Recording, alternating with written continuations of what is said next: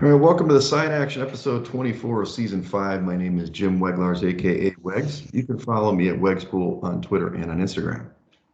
And I'm Steve Roberts, aka Action. You can follow me on Twitter at 31S Roberts. Follow the podcast at Side Action Pod on Twitter and Side Action Podcast on Instagram. All right, Action, we had the big game. The Super Bowl party was pretty fun. I'm assuming you did better than me because you won a lot of those tickets on Kansas City there. So you were probably a lot happier than me. Yeah, it was definitely another profitable Super Bowl for me this year. Buoyed by, of course, the over and the Kansas City tickets that I had in my account. But I think the props in themselves did pretty good too. So can't complain. Were you able to still turn a profit even with some of your prop winners, or was I it was overall basically loser? break even. I think I lost $15 on the Super Bowl, Okay. but I mean, I bet, 175 bucks or something. So, I mean, I was, and we can walk through it in a minute, but I ended up chasing a little bit, as the game kind of, Sure. I realized really quickly that teaser was going to get crushed because I should have taken Cool. the under, not the over, since there was absolutely no defense out there. Mhm. And then, you know, I guess we'll go over the little thing that happened, a little preview of the props is that the Red Four Shadows, we had a good group there, like 8 or 10 of us, and they did a really interesting pool action. So they did this pool where I was too late. They had done the squares during the week, so I couldn't get in a square, which is probably better anyway. So they had first touchdown props, and they had it tiered. So there were $5 players, $10 players, and $25 players.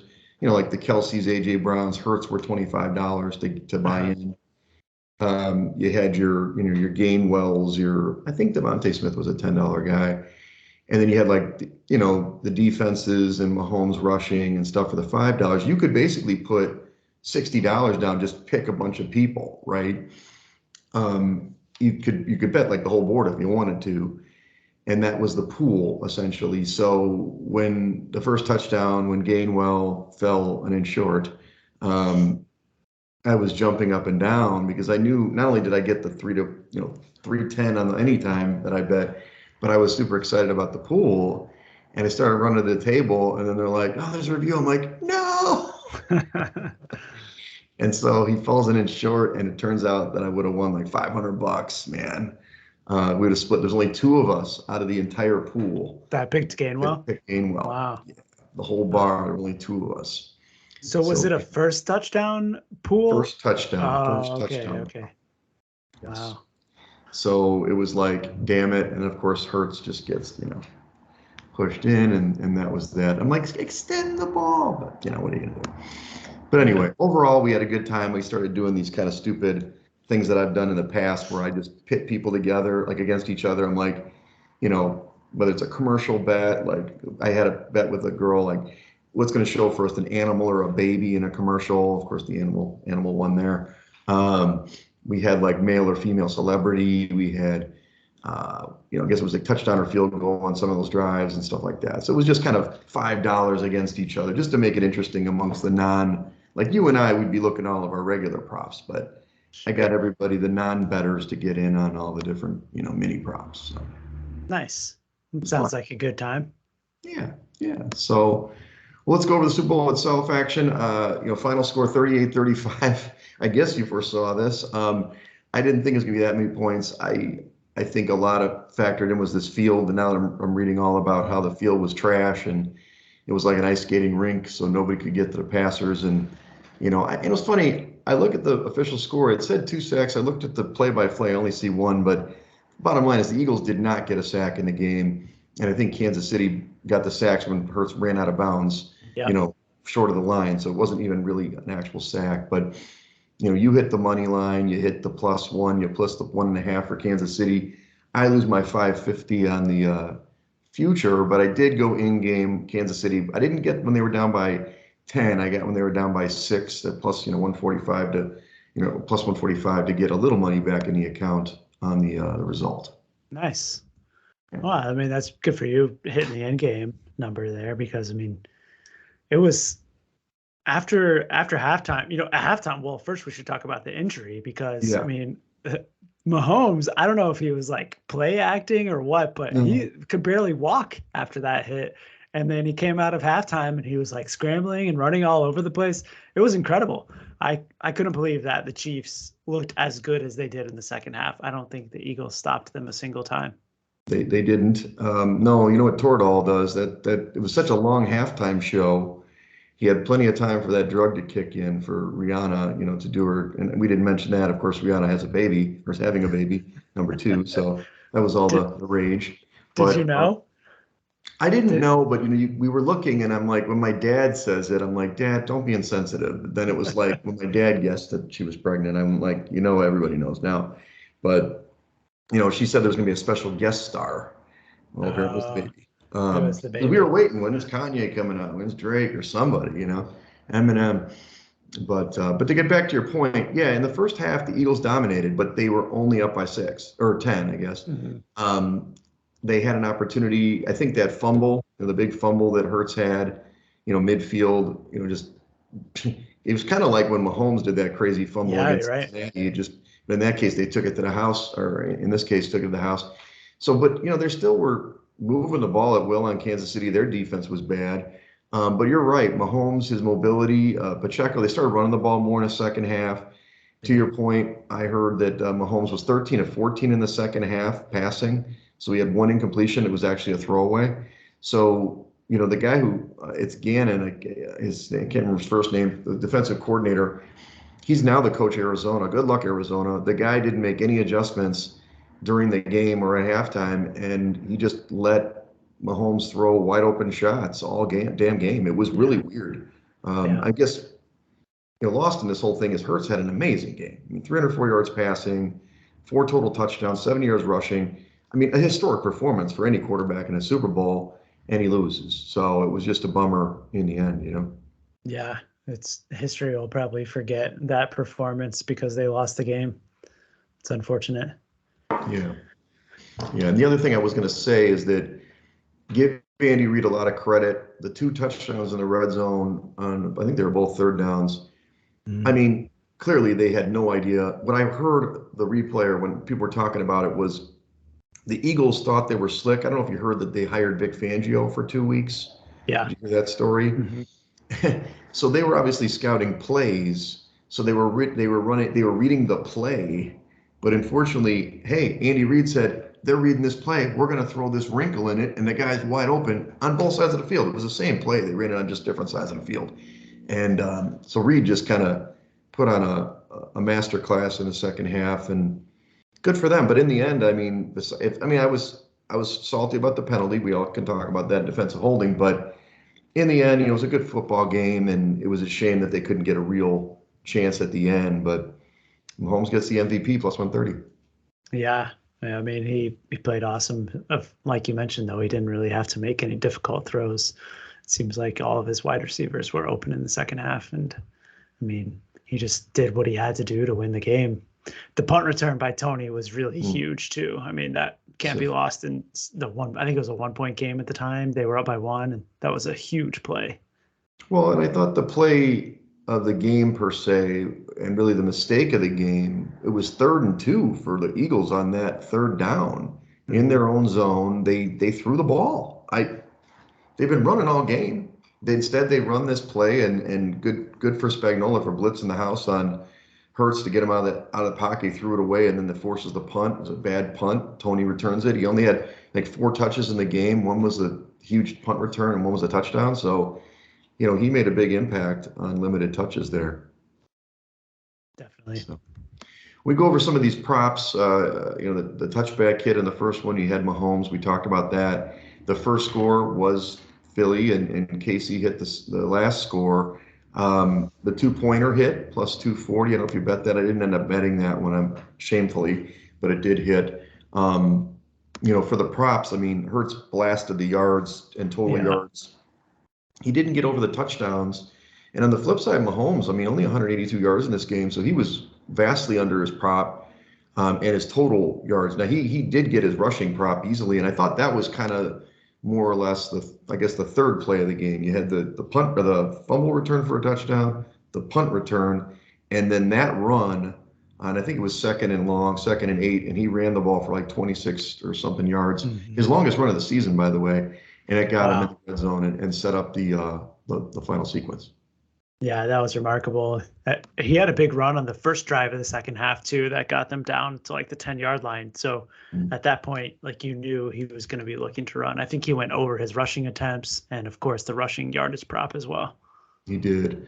Was a little bit of surprise, and I'm not sure if this was because of the early hit, but Sanders was like a no factor in the first Yeah. half. He started getting the ball late, but they really kind of stopped running him. And Gainwell, even though he went over his prop, they didn't really give him the ball. It was really the Hurts show. I mean, Mhm. Hurts had a ton of carries and a ton of yards, 70 yards we mentioned. And then Pacheco, I did end up getting not on his rushing yards, but his combined yards, even though he didn't catch a ball, which our little our Yeah. handicap wasn't so good on that. But he did hit the over because he led the league or led the game in rushing. I think at 79 rushing yards. So he looked really good as we kind of expected once we had kind of communicated that once Clyde Edwards-Helaire was ruled out of the game. Yeah. Yeah, I mean, the Kansas City Chiefs offensive line really put on a show. This vaunted Philadelphia Eagles D line didn't really Mm-hmm. do much because not only did they get 0 sacks, but Kansas City was running the ball better than they had been the last several weeks. As we kind of expected. On the receiving, AJ Brown went over, everybody went over. Great Gainwell, Goddard, Smith. Although Kelsey, he did go over, he just over. If you get the 81 and 80 and a half, he went 81. And this is something you talked about, we'll have to remember for next year. You mentioned it. If you get the props, the over props early in the week, Yeah. then you can get better numbers because later in the week, those numbers tick up as people bet and it may hit you. And I would imagine a lot of people probably bet Kelsey over, maybe it was 81 and a half or something, and then they went under. So, lastly, the touchdown props. So Kelsey did hit. That was kind of like an automatic winner for everybody. Yeah. Pacheco got in there. Hurts, I didn't see what it paid, but he had 3 touchdowns. I mean, that must have paid a good penny there. Yeah, I think I heard on VSiN like 29, 28 or 29 to 1. hmm And then that jersey number would be Hurts. I think that's the under number. He's number 5, right? I think that's right. And 1. then But what's yeah. is he number 1? Yeah. Yeah. Oh, he's number 1. And then this was something at the bar. One of the guys at the bar's best buddies or something paid $15 to get the correct sequence of first touchdowns. He had Hurts, Kelsey, then Brown in succession, and $15 paid 3,000 bucks. So it was a nice payday for somebody there. I'll Uh, say. yeah. Lastly, we talked about the sacks. Nobody really got home on the sacks on that one. Hassan Reddick, that ticket was in flames. And then the specialty ones, the anthem was actually under for Stapleton. He was, I don't know. We thought he would kind of riff it out a little bit. And then I didn't see it on the broadcast, but I understand that the color purple was the Mhm. Gatorade color. And I did it on my article. I saw a good Gatorade dump on him, but as you said, it was random. It was not based on the team winning.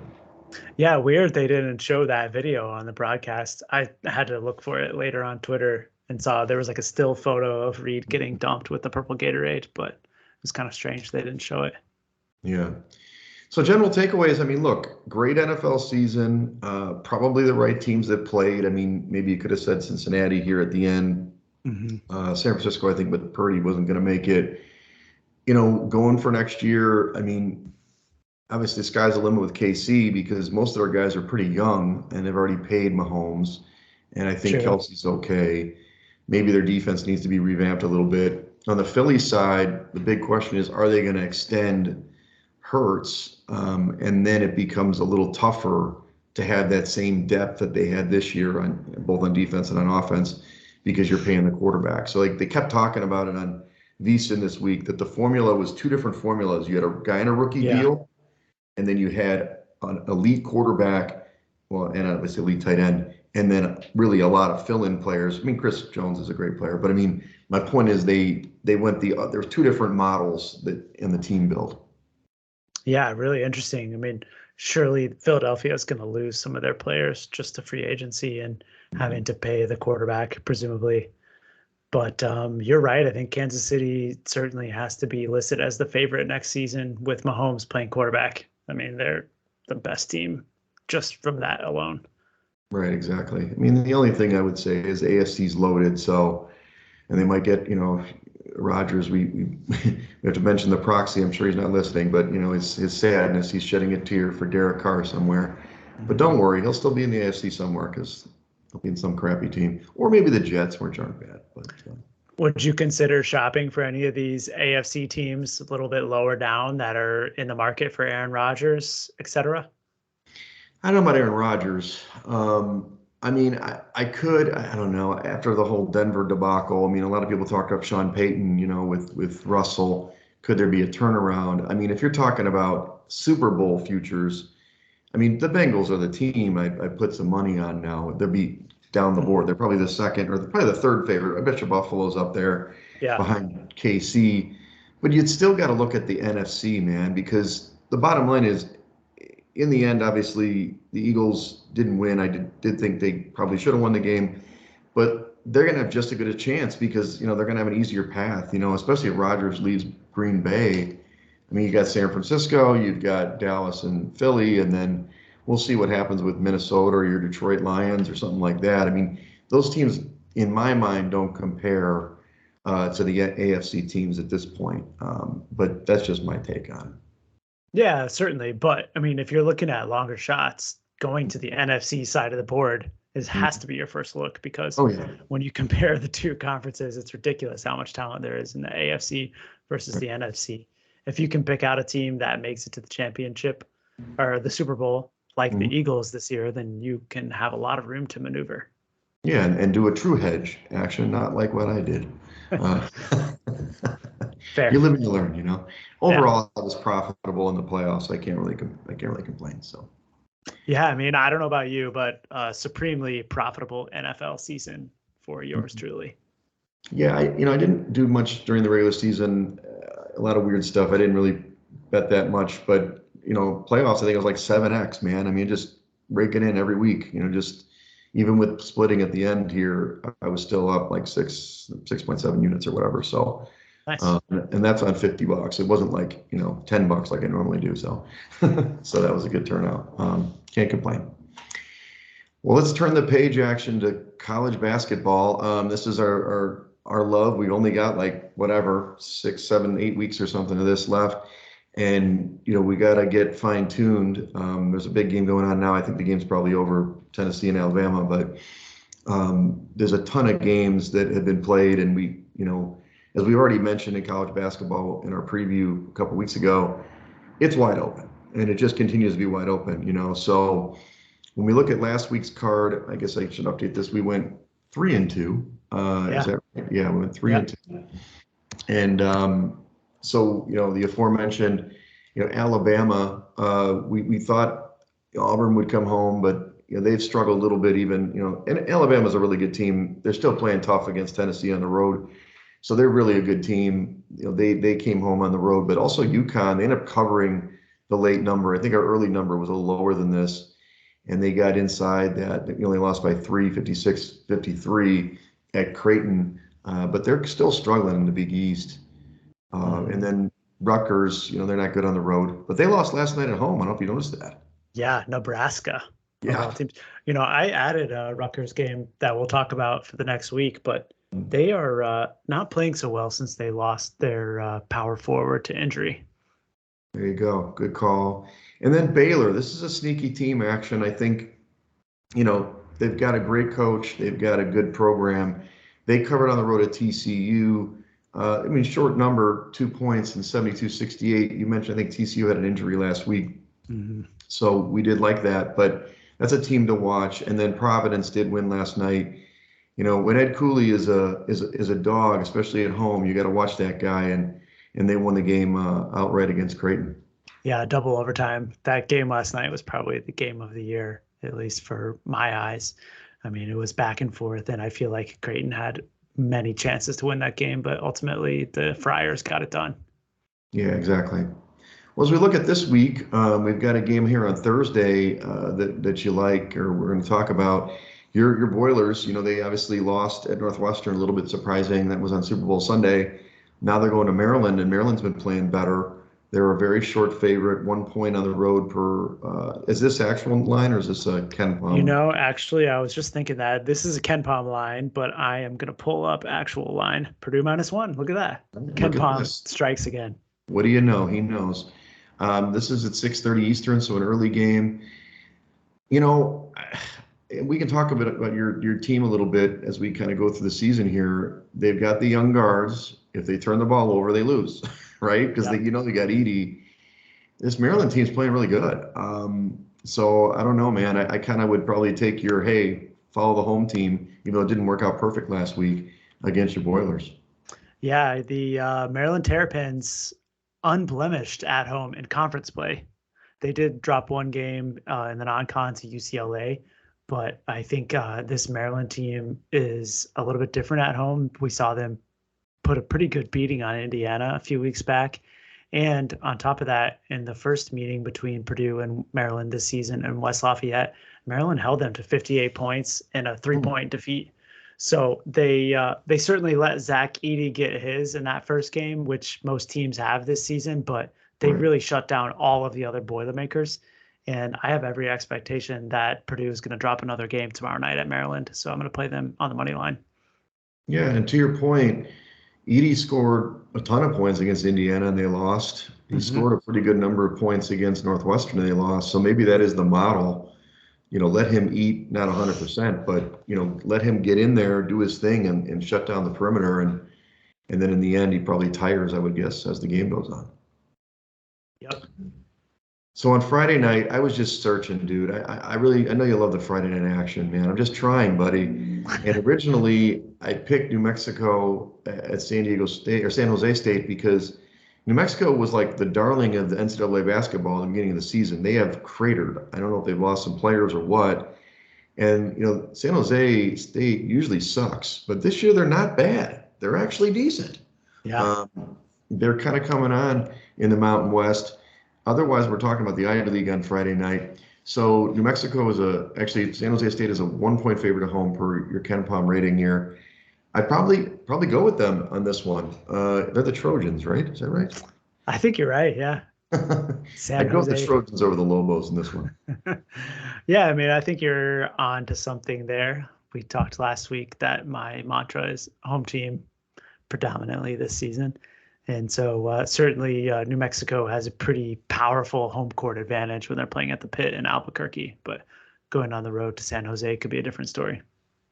Yeah, and I'm not sure what the deal is with them lately, but most definitely they're not playing as good as they did early in the season. Maybe the competition in league is getting better than they played on, Mm-hmm. their non-conference schedule. But so I'm probably going to fade the mighty Lobos down the stretch, unfortunately. I Um, know last night one of their top players warmed up but ended up not playing. So I think okay, you're right that they may have some sort of injury. Don't recall the player's name at the moment, but certainly something to look out for as you're betting New Mexico down the stretch. right. And this just in, Tennessee did finish off Alabama, so yet another number one team going down. This time, obviously on the road, which is pretty typical as we mentioned. So there you go. Action knows what he's talking about. So on Saturday, we've highlighted 4 games here, a couple in the Big Ten to start. Illinois is going to Indiana. The Hoosiers are 3 point favorites per Ken Palm in this one. This is a noon game on Saturday, the 18th. They've been good against the spread lately, but this Indiana team's, I don't know. I really like them. I don't want to get too excited about a Big Ten team like I did last year, like Iowa. But I love, was it Trace? What's his name again? Trace Jackson Davis. Trace Jackson Davis. There's the Yeah. 3 names. But I really like his game, obviously, and the way they play. So I probably would favor Indiana, although you're probably going to tell me that's too many points. No. I think that Indiana is definitely the side here because Trace Jackson Davis has been in total destruction mode Mhm. uh, since Big Ten season started. If it weren't for Zach Edey, he would be a runaway player of the year candidate right now. Mhm. Unfortunately, I don't think he's going to get there because Edey has been so dominant in his own right. Right. But Trace is averaging 25 points a game and over 12 rebounds a game since Big Ten play started, and there is no player in the league that can shut him down. including Dane Danger, the Illinois power forward. So Right. Indiana previously went to Champaign earlier this season and really put a beat down on Illinois, and I expect that it's going to happen again this Saturday in Bloomington. There you go. And obviously, Illinois is coming off a road loss at Penn State, which was kind of a shocker because they had covered three straight before that. So there you go. And then we just talked, you put Rutgers at Wisconsin. Now, I know you badmouth the Badgers. Somehow they're on a lot of bracketologists' radar, which is crazy. No. I know, I couldn't believe it. I was like, Wisconsin? But Rutgers is favored per Ken Palm on the road here. We got to fade the Scarlet Knights in this one, don't we? Yeah, no doubt about it. Um, last night, actually, I think Wisconsin ended up getting a nice win last night against Michigan as Mhm. well. So these are two teams that are turning in opposite directions. Right. Rutgers, of course, with the downtrend and the big injury, and Wisconsin has been playing much better lately, certainly than since the last time I bashed them. So I think if you see Wisconsin open up as an underdog in this game, I would be surprised. In fact, I think it's likely going to be Wisconsin -1 or -2. Right. I'm sure it will flip over. Well, we'll see, but we've seen a lot of lazy. This is the thing True. about the bookmakers. There are so many college games on Saturday, me, me included. When I try to grade my games, I go only the top 40 teams in Ken Palm, Yeah. and it's like there's usually 20 games of those. Those top 20 teams or 40 teams, 20 to 25 teams are playing. On Saturday, so there's usually some room there. So Tennessee obviously just came off the big win against Alabama. They're going to go on the road to Lexington and play Kentucky. This is at 1 o'clock Eastern. Kentucky is kind of teetering, probably in the tournament, but maybe not. They're really not playing that great. I'm not exactly sure why, because they still have Chigwe and they've got some other players on there. Isn't Obi Toppin's brother on that Yeah. team? I mean, they should be better than they are. You're showing Tennessee as a 4-point favorite on the road. Obviously, Tennessee's got a great D, but I think they struggled on the road, dude. I don't know. Too many points for me if I was to chase the balls on the road. Yeah, this is a really tough one because Tennessee, these are two teams that I like to fade recently in Kentucky and Tennessee. And so, I mean, I think I would probably shade to the home side here, but coming off a big win tonight, I know that Zakai Ziegler had a big game listening to the radio on my way home tonight. And Mhm. going into Rupp Arena, if the guards can play well for Tennessee, I think that's an advantage that they might have over Kentucky. But I mean, you got to say the player of the year last year, Oscar Tshiebwe, has been like non-existent this season. I have no idea what happened to him. Yeah, I don't know either. It's hard to say if it's injuries or maybe there's something off the court. I don't really know. It's been an interesting year for Kentucky. They just haven't been the same. But Calipari's a good coach. He's got time to True. turn it around for a couple more weeks of February here, so we'll see. The last game, mega game in the Big 12, you got Baylor going to Kansas. Kansas got a really big win last night at Oklahoma State. Um, I heard somebody talk about them as being back-to-back champions. I don't think that's going to happen, but Baylor showing up as a 4-point road dog against Kansas. But I'm telling you, I like this Baylor team, man. I think they're on the way up. I'm not saying that they don't play as much D as their teams. They got a great offense, but can you get with me on a road underdog spot here? Yeah, I think so. This Kansas team, for whatever reason, has been fade target from sharp bettors. I've noticed the last couple of weeks, you often see the line move against them. And I think there's probably some good reason for that because they're overly reliant on the freshman three-point shooter, Grady Dick. And Mhm. outside of that, it's really just like a one-man team with Jalen Wilson, who certainly is a fantastic player, but um, Baylor is more the well-rounded team, and I think if you can get them in a 4-point underdog role here, that's a good look. Yeah, okay. On Sunday, I try to highlight other conferences because we got to watch these games. People who are listening to us Yeah, to get ready for the tournament. And Houston's playing Memphis at home. Memphis, you're showing as a 12-point dog on the road. Houston is, arguably the best team, and we'll see if they rise back up to the number one ranking. It doesn't really matter this year who ranked number one because they can't hold it. But this Memphis team isn't bad. I mean, they're a good basketball team. They're definitely the second best team in this conference. And as good as Houston is, sometimes that offense gets bogged down. And this Memphis team, I mean, they're balanced. They can score and they play okay defense. So do you think that Houston, it just seems like a big number for me for Houston to cover?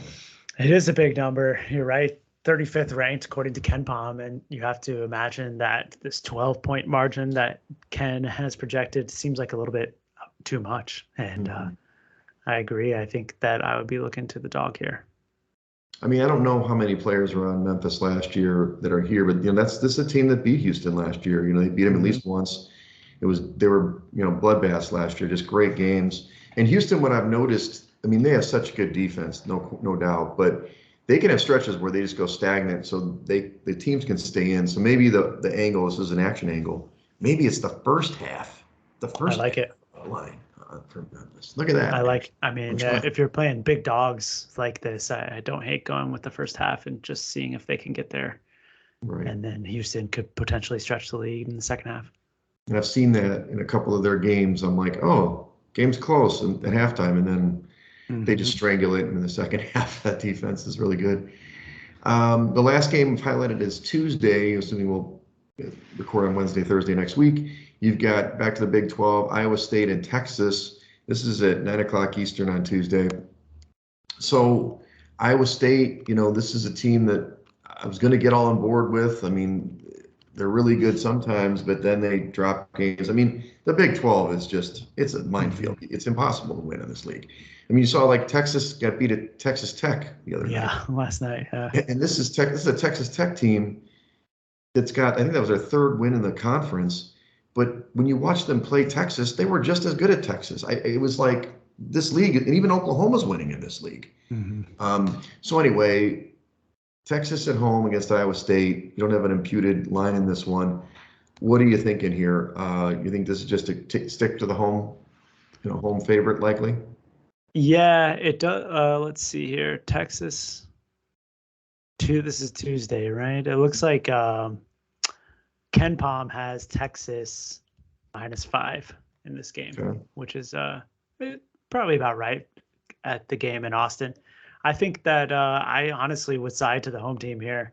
Going on the road to Austin, the way that Texas has been playing this season is a tough place to play. And having dropped the game last night to Texas Tech, I think they're going to be hungry going into the weekend and early next week. Yeah, agreed. They play Oklahoma at home first, and they've been playing better, but probably not going to beat them. So it's a little bit of a tune-up game for this one. So I'm on you. I'm with you on that one. Okay, well, so we got some spots for this week to get tuned up. I mean, we're about a month away. Literally, I guess it's Mm-hmm. what, 4 weeks from today. 4 weeks. Be in Vegas. So Wow. before we get there, you got a little blurb on the Genesis Open. I know you didn't want to talk too much about it, but you mentioned Tiger's return. Tiger is He coming. played 16 holes today, I heard. Interesting. What happened to the last two? I don't Called know. because of darkness. Yeah. Well, I mean, he played a couple of tournaments last year, but those were majors, and I think this has been billed as like his first return to a true PGA tournament event, Hmm. which happens to be like his tournament that he reps. And so I think you're going to hear a lot of buzz about Tiger returning this week. He's matched up in a threesome with Rory McIlroy and Justin Thomas tomorrow, which should be pretty high theater. Outside of that, though, I mean, this is another elevated event. So you have like 25 of the top 27 golfers in the world that are participating. And for that reason, a lot of the odds are pretty short. I think, the top 4 or 5 guys on the board is going to be your standard Rahm, McIlroy, Scheffler, Justin Thomas, and they're all like 15 to 1 or less. So to be quite honest with you, it's probably a golf tournament that I'm not going to be looking for futures target, but we'll be looking to play some matchups. So we didn't talk about this, not that we have to go into great detail, but do you think these tournaments that they're putting together like last week and this week with these top golfers, this is a response to Yeah. the alternate league and they're just trying to pump up the purses and really keep the PGA as the top group? Yeah, that's definitely a part of it. I mean, they have a lot of these tournaments that have had lackluster attendance recently, and so I think that they're looking to do that so that they can compete with the Live Tour. Yeah. I mean, last week we didn't report on it, but Scheffler came back and won that tournament, and it's just a wild scene. As we mentioned last week, I saw the Mhm. highlights, and it's not only the people like pounding beers and shotgunning beers. I saw some shotgunning of beers in there, and Yeah, people going nuts. I mean, it was fun. That's for sure. we should go next I year. agree. I told you I have this vision that we're gonna make some cash. We are gonna fly out. We're gonna do that, and we're gonna do the Super Bowl in Vegas. It's There just you gonna go. happen. We're just putting it out, manifesting into the universe. Action. That's what we're doing. Okay, so Colt. It's going to be Colts and Bears round two, Super Bowl in Vegas. there you go. But I will tell you, we got the Vegas trip in 4 weeks, as we mentioned, March 15th through the 18th, 19th, 20th, whatever. I had a vision last night, actually. I had a dream. I'm not like Martin Luther King, but I had a different type of dream. Not for humanity. I had a dream about us at a craps table. I had a Oh, dream about hitting the fire bet. I had a nice. dream about walking away with 20 grand. All This is right. what's going to happen March 15th in Vegas, baby. I like it. I'll be there. I like woke up at like 4 in the morning. Like it's pretty bad when you're Cold like sweat. waking up in a cold sweat about a craps table in Vegas. It was at Paris. It was your table, the action table, which we can't mention because it's secret. But we find that secret table and just throw those dice for all night. I can't remember if I told you, but they relocated the dice pit like to the other side of Gustav's bar, and it completely threw me off. So You just couldn't. The blue sky like is different over there. yeah, that's right. Not the same Sistine Chapel painting. That's awesome. Well, anyway, like I said, if you're out there, join us, hit us up, whatever. We're going to be there. It'll be a fun time. I did talk to Prime. He's excited. We haven't touched base with Dempsey in a while, but we're definitely going to get the crew, and I'm looking forward to it. So, yeah, Definitely. I need it. But all right, buddy. Well, follow us at Side Action Pod on Twitter and Side Action Podcast on Instagram. Follow me at Wegspool on Twitter and on Instagram. And follow me on Twitter at 31S Roberts. All right. Enjoy it this weekend, guys.